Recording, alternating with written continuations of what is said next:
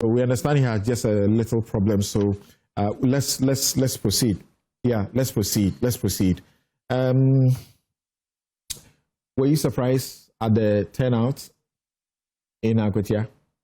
No, I was not surprised at all. I knew that it was going to be a challenge. But many things worked for us. The NPP now is in disarray. That's their default status. Okay. You snatched the seat by 2,000 votes. Yes, because they had no campaign. They say you were buying the votes. We were not buying the votes. You were intimidating. Tell me their campaign. What did they go there to say? They haven't discerned one campaign message they gave to the people. No. Secondly, this is a party that has been touted as a party of the intelligentsia. And they went and fielded a galamsey against a lawyer. What do you expect the people of Akwatia to do? They went and fielded someone who is in mining. We cannot say now that it's a galamsey, please. Yes. This attempt to repair the image of that person. No. Thirdly, if a suit comes here, you'll be there to defend us. So please. Thirdly, this is a party that has been known to deepen internal democracy. So look, let's offer everybody who wants to contest an opportunity to win the confidence of the delegates. Because the delegates are those who are going to campaign in the various branches for you to win. But what did they do? They went and imposed a candidate on the constituency that worked against them. Fourthly, and this NPP has been known to traditionally be taking their candidates from New Wanchi. That's their stronghold. This time they decided to depart from that and went to Bodia. The guy did not do well. He did not win that community.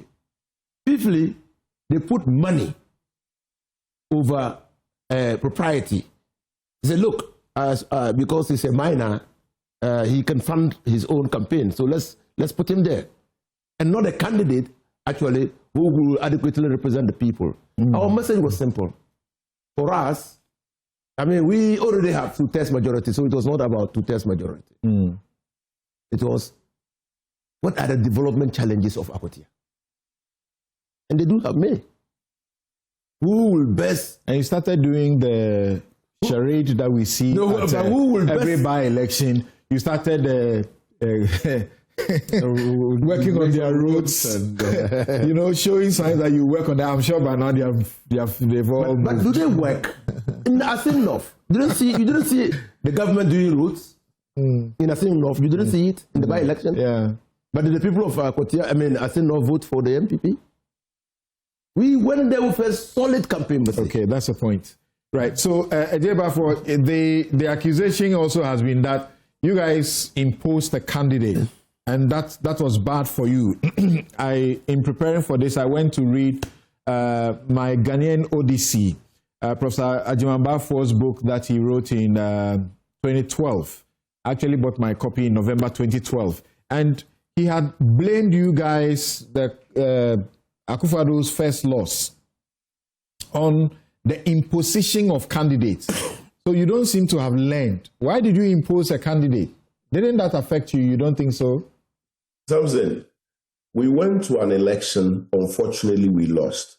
We'll do our post-mortem analysis of it and come out better. The decision to impose or pick one candidate is something that we considered internally to be the most appropriate at that point.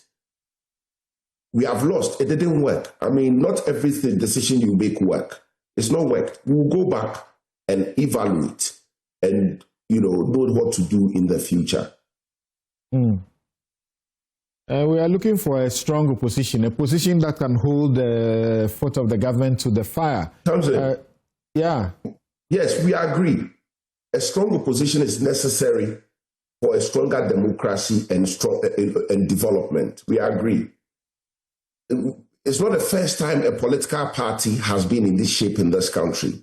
In the year 2000, NDC was in a very terrible shape. We said they were never coming back to power again. We said it in the year 2001. I remember some comments that were made by the venerable, the distinguished J.H. Mensah himself, right? But after two terms, the Ghanaian people brought the NDC back. In 2016, we said the NDC wasn't come back again, given the defeat, the loss they experienced, they suffered. but Ghanaians gave them another opportunity. So it is always the case. Okay. So we are going to put our house in order. Ghanaians taught us a lesson. We are learning in humility. We'll come back. Right. And I'm sure, Oliver, you were thinking Musa Dankwa, he will be roasted because things didn't appear to look the way he predicted things, you know? I mean, to be honest, I think that a lot of us, particularly, are interested in understanding our elections and how they go. And so the fact that there's an element of scientificity and credibility to Musa's post, that all of us were holding our breath, you know? But the truth is, even in terms of the standards we're holding Musa Dankwa, polls everywhere, there are slippages. And it seems like in this case, we're not even allowing any margin of error. But I was very surprised with the polls that came out. I didn't think that was possible. So all throughout, I was more interested in the poll question than even in terms of what the parties were doing on the ground. And I'm amazed. I think that it's something that we need to study more. It is not only for electioneering polls, but also to test the temperature of the public on various issues for policy making. That it's a useful addition to our policy process, that more of Musa Dankwa's and what Global Info Analytics is doing becomes mainstream, I think. Okay. The last question I forgot to ask, 30 seconds. Who is your candidate for the Chief Justice?